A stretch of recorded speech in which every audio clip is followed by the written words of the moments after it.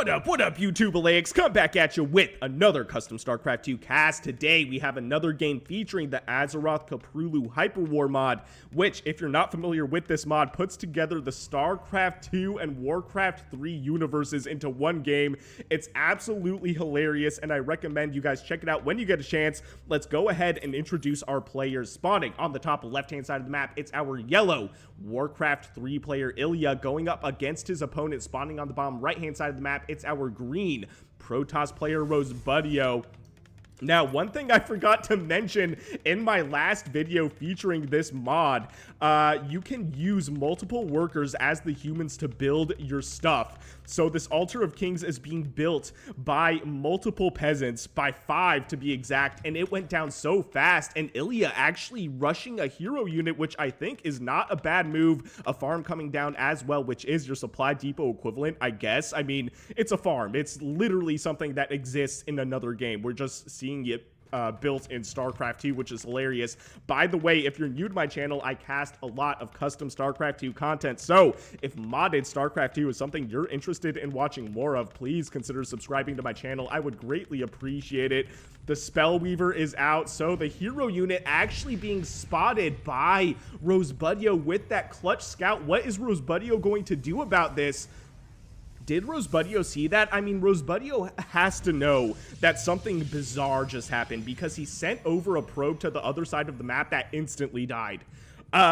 So even if you didn't see it with your own eyes, you know something is coming towards your base that is very scary. Taking a look at the health of this hero unit, it's got 310 HP and also spawns with full energy. That's actually insane. This Stalker with a cumulative of basically 160 HP is not going to do much. We have the probes trying to do something with this, but there is a water elemental as well. So one thing about the hero units is they level up to level 10, and at level 1 you can decide what to learn. So it looks like this this Archmage, or the Spellweaver, excuse me, learned the water elemental summon and can learn these things. The next one starting at level 2. Let's look at how many workers also died. 8 workers killed in this engagement, and the Spellweaver isn't even at half HP. That is actually disgusting. We do have the shield battery, though, which will possibly be the saving grace for Rosebudio. We'll see in a second. It does manage to survive this Stalker with 0 kills because there's literally one unit here with a couple summons. Now, one of the summons did go down. This one is on a timer as well, so it will despawn shortly. For some reason, the Spellweaver has his radar on this pylon, which I find super funny. I mean, we won't have Warp Gate anytime soon, I think. Actually, no, we will. So the reason that he's likely trying to destroy that pylon is not only to deny like a shield battery up here, but also to deny a warp in the natural base location. But ultimately, these Stalkers able to save the day. For a second, I thought that this would be the end of the game. But, you know, I see the timestamps. I know how long this game is going to be, but I don't watch them all the way through. So yeah, that was kind of spooky though. That was ridiculous. I really wish we had a kill counter on these Warcraft units, but ultimately, I mean, we can see how many units died to this one unit, which was 13, because that was the only army unit that was used in the entirety of that engagement, which is hilarious to me. Aaron Spellweaver will be chilling now for the time being, but we have what is going to be a counterattack from the Protoss. The Protoss are very confused right now. They're like, how did a man on a horse wielding a staff just do that much damage to us? It's actually impossible to know. And I do like the use of the Sentry, possibly going to be doing some sort of I guess denial of micro, but ultimately will go down. Oh no, Rosebudio, retreat, please retreat. This hero unit is just so scary. You know, where balance is concerned, yeah, it's a little bit difficult. I think there was some talk of adding the hero units for the StarCraft 2 factions as well. I don't know if this version that we're casting allows for that. And oh man, these peasants are working so hard to build this town hall. Base number 3 is going down for our yellow Warcraft 3 player. These footmen are trying to close the distance on these stalkers, but luckily the stalkers are very quick. Oh, and the mob pull as well by accident. So one thing to kind of note about these mobs is I believe they drop items, and not only do they drop items, but they also give the hero units XP. But I think only to like level 7 or something like that. Correct me if I'm wrong. It's been literally just about 2 decades since I played Warcraft 3 seriously. And I never even played it seriously, and this is a lot. Oh, we have the militia. So one other thing to keep in mind is you can convert your peasants into like civilian militia basically, and they become little footman soldiers, and it's hilarious. These stalkers though are so fast, and this is actually keeping Rosebudio in the game. Great micro from both players, if I'm being honest. One other thing I wanted to mention is I'm using this basic UI because the last few times I cast this mod with the typical UI that I use for casting, it was broken. It basically superimposed the like custom UI over the basic UI. But it's fine because we can actually take a look at what the units build and everything like that. There's no advanced build option for the Warcraft 3 races. It's all under one build tab. So this is everything that the Warcraft 3 factions can build. But taking a look at the workers as well, let's see. So we got what is 36 probes to 48 peasants. So a pretty decisive lead in the worker count for the yellow Warcraft player. Taking a look at the upgrades. Oh, okay. Well, that's kind of rough. We won't look at that. Actually, yeah, we will. So we have defend, which I believe is an upgrade for the footmen, and we have warp gate as well. What is on the way? Production tab, we've got some immortals, actually one immortal on the way, and we have what are more footmen on the way, and we have a priest on the way as well as a rifleman. So some range. The riflemen are already on the field chasing away these stalkers. I really want to see blink, but we don't have it on the production tab, so blink is not on the way. We do have colossi on the way though. Oh, and we have thermal lance as well, so we will have long range colossi coming down shortly. Let's see what else the Warcraft 3 player is up to. So only one hero unit so far. To be fair though, the hero units are a lot of money. I mean, look at this. The Mountain King is 425 minerals. That is not cheap at all.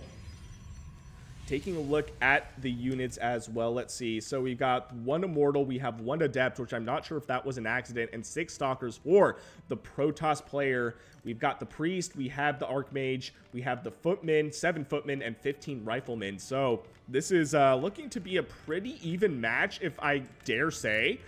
We'll find out later though. I'm not going to give it away, but the last few videos I cast of this mod felt very one-sided. I'll let you guess which side that was on, and that's all I'm going to say. These mobs, suddenly there was a common enemy for both these players, and now they're attacking each other once more. This water elemental, I'm actually curious how much damage it does. So it does 12 damage with a range of 6 and the weapon speed of 1.07. Not bad at all. We have another town hall coming down in the 4th base location.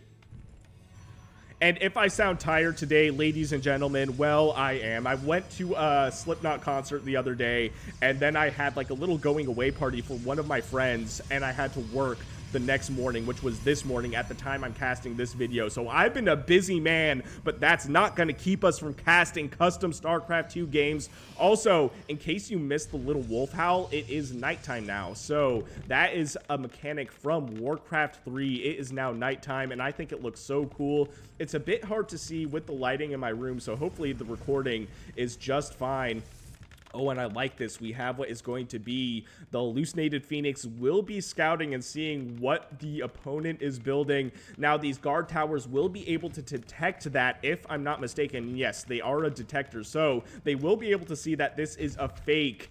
This is a fake Phoenix, so nothing that iliya has to be too concerned with for the time being. Also, the Observer, I like this. We'll see how far the Observer dares to go, because there are kind of, you know, detection structures all over the Warcraft 3 side of the map, and here it is. The Observer, I think, will be spotted and maybe even killed by that scout tower, but the scout tower is only being built by one peasant, I think.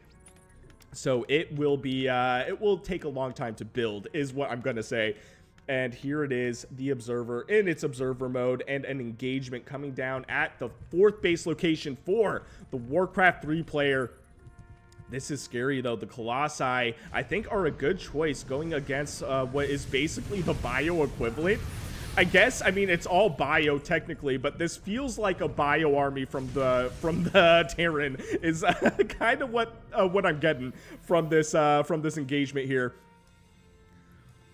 But I think Rosebudio's really out for blood on the left side of the map. Really wants to destroy that base and do some damage to his opponent's economy. I love the use of the force fields as well. This is classic. This almost gives me some old school vibes. And the surround denied a little bit by those force fields. These Colossi doing so much damage. The Riflemen, though, with their range, able to, at least for now, keep the Protoss ball away from base number 4.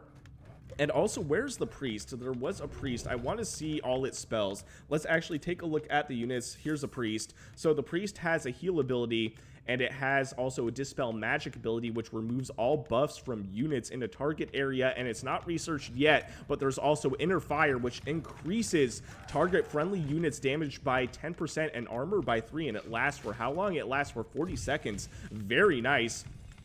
Another attempted push at the 4th base location for the Warcraft 3 player. One other thing I should mention, there were people that mentioned it in the comments of my previous videos already, but Warcraft 3 had a unit cap of 100, not 200. So that's also something to keep in mind where balance is concerned, is now you have double the war capability, the supply capability, I should say, for the Warcraft 3 races, which is really interesting. We'll see how it goes as the meta develops for this mod.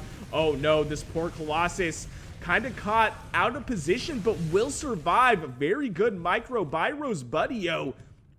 Taking a look at the total supply, 167 supply for iliya, our Warcraft 3 player, and 147 supply for our green Protoss player. The attempted surround on this army and the recall coming down for the Protoss player.